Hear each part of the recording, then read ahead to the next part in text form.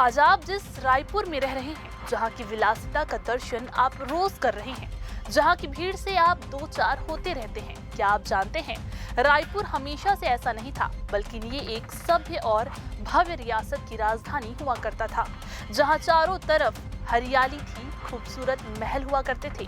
तो इन सब में जो तब भी खास था और आज भी है, वो है खारून किराने स्थापित हटेश्वर महादेव का ऐतिहासिक मंदिर, जिसका इतिहास 600 साल पुराना है और भगवान शंकर की महागाथा का भी इसमें वर्णन है।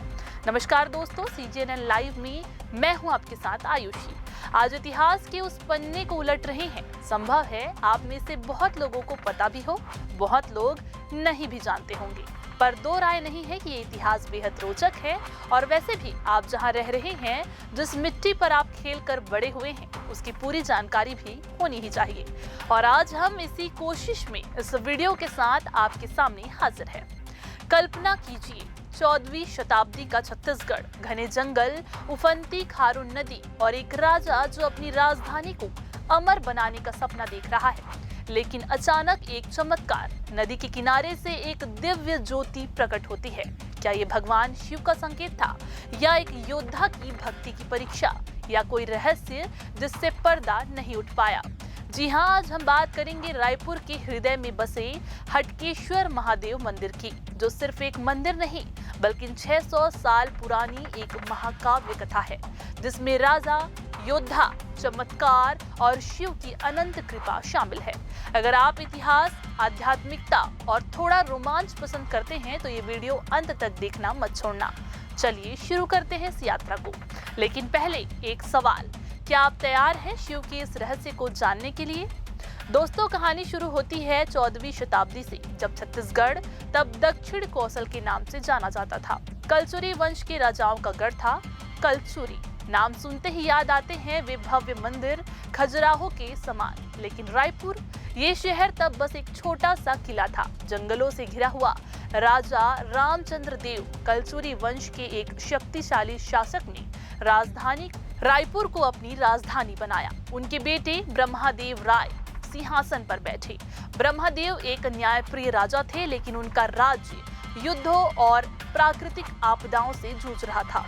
खारून नदी, जो आज भी मंदिर के किनारे बहती है, तब बाढ़ों की वजह से लोगों का दुश्मन बनी हुई थी। राजा सोचते, कैसे बचाऊं अपनी प्रजा को, कैसे बनाऊं ये शहर अमर। यहाँ एंटर होते हैं हमारे हीरो हजीराज नायक, एक वफादार योद्धा जो राजा के सबसे करीबी सिपाही थे।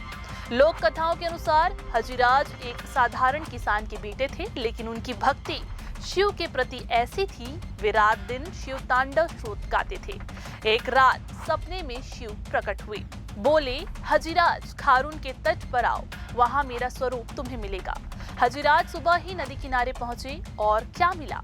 एक चमत्कार शिवलिंग, स्वयंभू खुद प्रकट हुआ। दोस्तों, कल्पना कीजिए वो पल, नदी का ठंडा पानी, जंगल की ठंडी हवा और बीच में एक काला पत्थर जो ज्योति बिखेर रहा था। हजीराज ने राजा को खबर दी। ब्रह्मदेव ने तुरंत फैसला लिया, यहाँ मंदिर बनेगा। और 1402 ईस्वी में हजीराज नायक के नेतृत्व में हटकेश्वर महादेव मंदिर का निर्माण शुरू हो गया।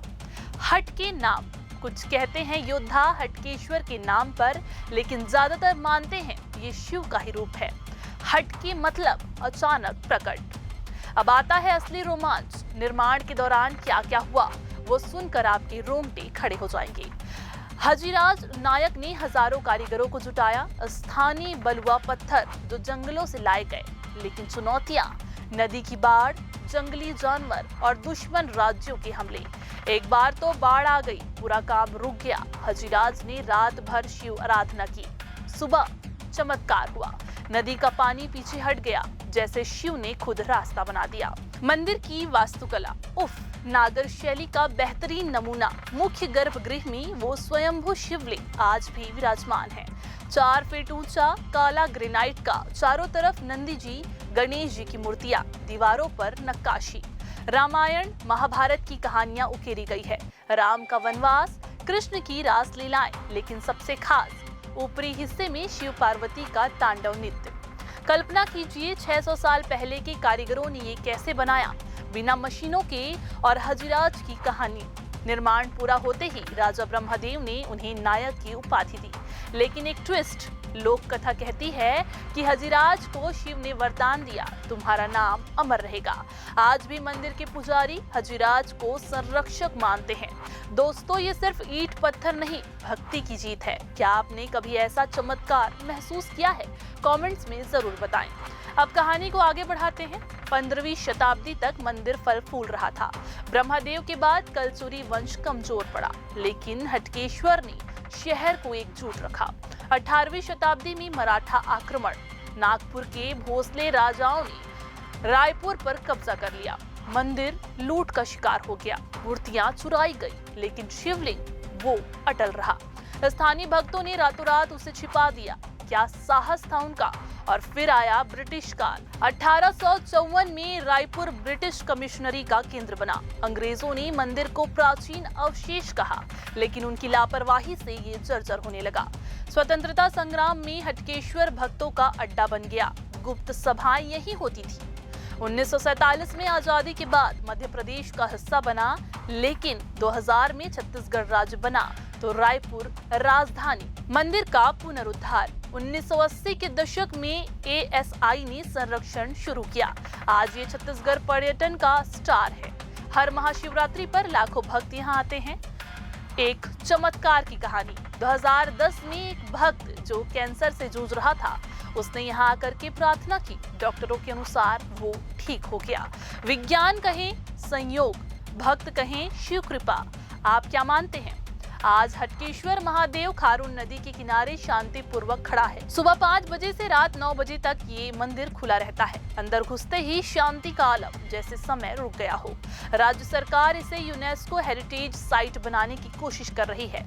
कल्पना कीजिए, दुनिया भर से पर्यटक यहाँ आएंगे और हजिराज की कहानी गूंजेगी। तो दोस्तों, ये थी हटकेश्वर महादेव की रोमांचक कथा। एक शिवलिंग से शुरू होकर सदियों की यात्रा। अगर ये वीडियो आपको पसंद आया हो तो लाइक जरूर करें, शेयर करें और कमेंट में लिखें हर हर महादेव।